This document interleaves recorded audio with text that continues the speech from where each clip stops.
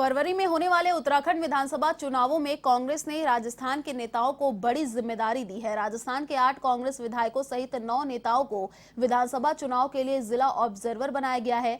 26 में से 9 जिलों के जिला ऑब्जर्वर राजस्थान के नेताओं को बनाया है। जिला ऑब्जर्वर बनाए गए 9 नेताओं को उत्तराखंड की 70 में से 32 सीटों की जिम्मेदारी दी गई है। 2 मंत्रियों को लोकसभा ऑब्जर्वर बनाया है। इस तरह कुल 11 नेताओं को उत्तराखंड में जिम्मेदारी दी गई है।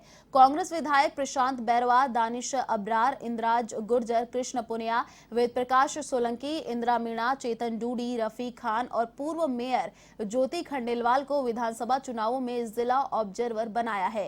राज्य मंत्री भजनलाल जाटव और राजेंद्र यादव को लोकसभा चुनावों के लिए ऑब्जर्वर बनाकर 2 लोकसभा सीटों की जिम्मेदारी दी गई है।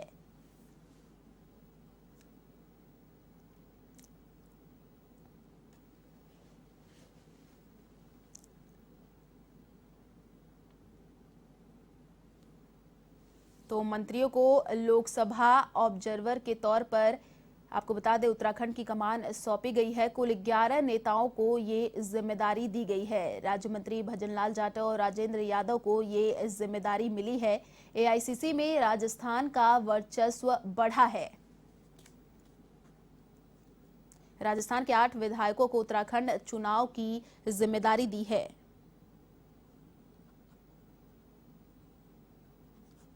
तो कहीं ना कहीं 70 में से 32 सीटों का जिम्मा दिया गया है इन मंत्रियों को। और इसी खबर पर अधिक अपडेट के साथ हमारे संवाददाता दिनेश कसाना फोन लाइन पर जुड़ चुके हैं। जी दिनेश, देखिए 11 नेताओं को उत्तराखंड की जिम्मेदारी दी गई है। चुनाव आने वाले हैं तो वहां पर कहीं ना कहीं राजस्थान में एआईसीसी का जो वर्चस्व है वहां पर उत्तराखंड में बढ़ता हुआ दिखाई दे रहा है। देखिए, अखिल भारतीय कांग्रेस कमेटी की ओर से ये ऑब्जर्वरों को नियुक्त किए गए हैं कि फरवरी 2022 में विधानसभा के चुनाव उत्तराखंड में होने हैं और उत्तराखंड के विधानसभा चुनाव की तैयारी को लेकर जो ऑब्जर्वर नियुक्त किए गए हैं उनमें सभी स्टेट से जो नेता हैं उनको लिए गए हैं, लेकिन राजस्थान से एक बड़ी संख्या में नेताओं को जिम्मेदारी उत्तराखंड में दी गई है। और उसका सबसे बड़ा कारण है कि जो प्रदेश कांग्रेस उत्तराखंड के प्रभारी हैं देवेंद्र यादव, वो राजस्थान के सह प्रभारी रह चुके हैं। तो ऐसे में राजस्थान के जो नेताओं की कर्मठता है, पिछले दिनों मुख्यमंत्री अशोक गहलोत ने भी कहा कि राजस्थान का एक इतिहास है, यहाँ के जो नेता हैं वो संगठन की जो कार्यप्रणाली है उसमें निपुण है और उसी को देखते हुए यहाँ पर जो नेता है राजस्थान के, उनको बड़ी संख्या में जिम्मेदारी उत्तराखंड में दी गई है।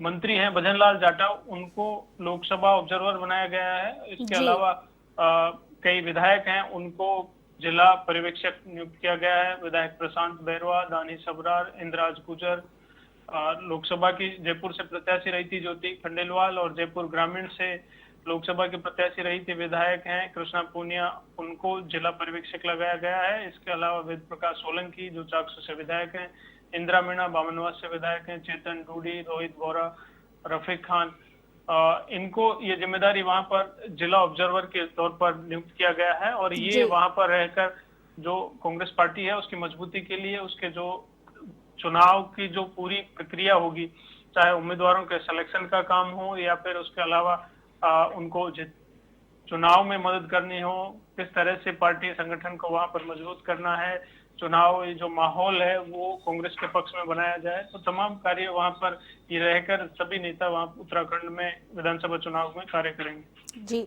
जी दिनेश, देखिए 70 में से 32 सीटों पर ये चुनाव जो होने हैं वहां पर वो जिम्मेदारी दी गई है। और अगर हम बात करें यूपी की तो वहां पे भी चुनाव होने हैं विधानसभा के, तो क्या लगता है कि यहाँ पर भी कांग्रेस के नेताओं को जिम्मेदारी दी जाएगी राजस्थान की तरफ से जो वहां पर ऑब्जर्वर बन के जाएंगे?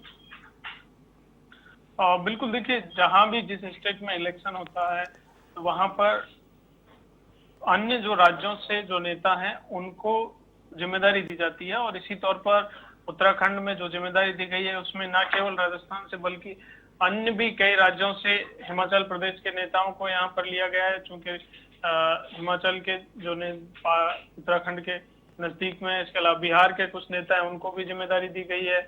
मध्य प्रदेश से भी कुछ नेताओं को लिया गया है, राजस्थान से लिया गया है, लेकिन बड़ी संख्या में राजस्थान से जो नेताओं को जिम्मेदारी दी गई है उसका बड़ा कारण ये है कि उत्तराखंड के जो प्रभारी हैं देवेंद्र यादव, वो पहले राजस्थान के सह प्रभारी रह चुके हैं और यहाँ के जो नेता हैं उनकी कार्यकुशलता को देखते हुए उनको ये बड़ी संख्या में जिम्मेदारी दी गई है।